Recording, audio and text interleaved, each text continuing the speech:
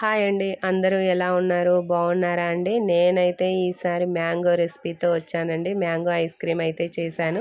చూడండి ఎంత బాగా వచ్చిందో.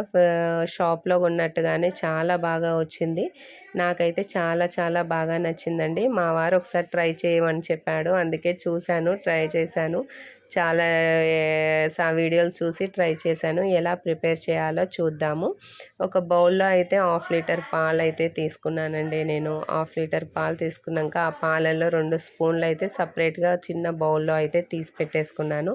ఈ బౌల్లో మిగిలిన బౌల్లో ఉన్న పాలల్లో అయితే ఒక 2 స్పూన్స్ షుగర్ వేసి స్టవ్ ఆన్ చేసి పెట్టాను అవి మరిగే వరకు.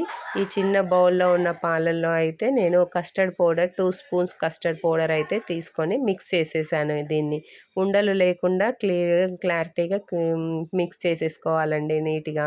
ఉండలుంటే మళ్ళీ అది మంచిగా మిక్స్ అవ్వదు. ఓకేనా. ఇది బౌల్లో అయితే ఇందులో పాలు పొంగిపోయాక చూడండి ఎలా మసులుతున్నాయో. అందులో అయితే ఇప్పుడు నేను కస్టర్డ్ పౌడర్ కలిపిన పాలైతే ఇందులో మిక్స్ చేశాను. మిక్స్ చేసిన తర్వాత ఎలా ఉందో చూడండి. చాలా తిక్కుగా అయిపోయింది ఇది. తిక్కుగా అయిపోయింది కాబట్టి స్టవ్ ఆఫ్ చేసి పెట్టాను చల్లారనివ్వని అని. చల్లారిన తర్వాత ఒక మ్యాంగో అయితే తీసుకున్నాను నేను. ఈ మ్యాంగోని చిన్న చిన్న ముక్కలుగా కట్ చేసి పెట్టానండి. చిన్న చిన్న ముక్కలుగా కట్ చేసి తీసి పెట్టాను. ఓకేనండి. నేనైతే తీసుకునేది ఒక తియ్యటి మ్యాంగో అయితే తీసుకున్నాను. చూసాను టేస్ట్ అయితే ఫస్ట్ తియ్యగుందా లేదా అనేది చూసి అయితే తీసుకున్నానండి. మ్యాంగోస్ తీసుకున్నాక చిన్న చిన్న ముక్కలుగా కట్ చేసి ఒక జార్లో అయితే వేసేసుకున్నాను. ఒకటే మ్యాంగో తీసుకున్నానండి, ఎక్కువేం తీసుకోలేదు నేను. జార్లో వేసేసుకొని అందులో అయితే కొన్ని పాలు అయితే పోసేసుకున్నానండి. ఎన్ని పాలు పోసుకున్నానంటే ఒక టీ గ్లాస్ అంత, హాఫ్ గ్లాస్ అంత పాలైతే తీసుకున్నాను. ఈ మ్యాంగో స్లైస్లన్నీ అందులో ముక్కలన్నీ అందులో వేసేసుకొని పాలైతే పోసేసుకున్నాను. పాలు పోసేసిన తర్వాత దాన్నైతే ఒక మిక్స్ చేసేసుకున్నాను. మిక్స్ చేసేసిన తర్వాత ఎలా ఉందో చూడండి.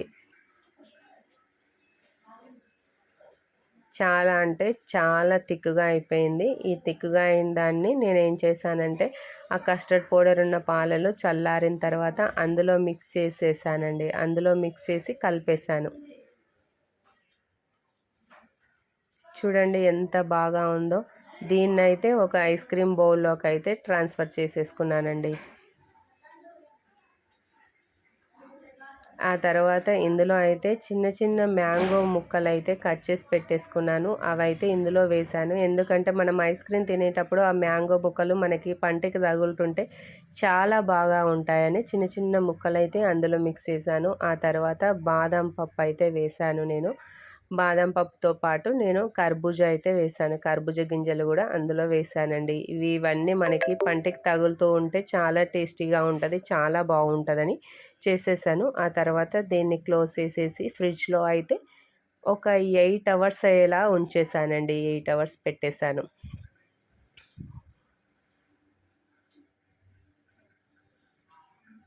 8 అవర్స్ పెట్టిన తర్వాత దాన్ని తీసాను. దాన్ని తీసిన తర్వాత ఎలా ఉందంటే ఒకసారి చూడండి. ఐస్ క్రీమ్ ఎంత బాగా రెడీ అయిపోయిందో.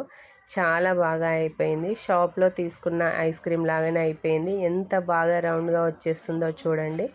నాకైతే చాలా చాలా బాగా నచ్చింది. ఎలా వస్తుందో టేస్ట్ మంచిగా ఉంటుందో లేదో అనుకున్నాను. నాకైతే టేస్ట్ చాలా చాలా బాగా నచ్చింది. మీకు నచ్చితే ట్రై చేయండి, లైక్ చేయండి, సబ్స్క్రైబ్ చేయండి. ఓకేనా ఫ్రెండ్స్, బాయ్.